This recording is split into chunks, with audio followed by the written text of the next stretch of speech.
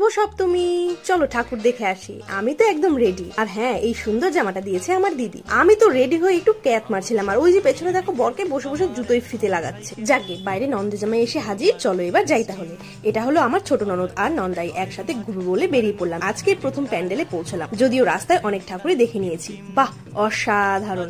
এই এই দেখো, ভাই বন্ধুটিটা বুঝতে পারছে না ভিডিও চলছে, পরে বুঝতে পেরে লজ্জায় কুটিপাটি। চলো আসলাম দ্বিতীয় প্যান্ডেল। আর হ্যাঁ, ওই ছানাটা হলো আমার নন্দের মেয়ে। চলো এবারে তাহলে ভেতরে যাই।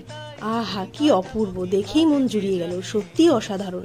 মায়ের রূপ বোধহয় এইরকমই হয় দেখতে। যাকে প্যান্ডেলের ঠাকুর দেখতে দেখতে হঠাৎই আমার এক দেখা কাকুর আজকে ফাইনালি ব্লগে নিয়েই ফেললাম। আমাকে অনেক সুন্দর সুন্দর কমেন্ট করে। এবার এখান থেকে বেরিয়ে চলে আসলাম পেট পুজো করতে ব্লু অর্কিডে। খুব একটা হেভি ডিনার করিনি, হালকাই রেখেছিলাম। তারপর সবাই মিলে জমিয়ে ডিনার করে আড্ডা দিয়ে লাস্টে বেরোনোর ঠিক আগ মুহূর্তে দেখা এক পুচকুর, যার কিনা আর যাকে খুব ভালো লেগেছে। এই দুয়ের যুগল দিয়ে আজকের ব্লগটাকে শেষ করলাম।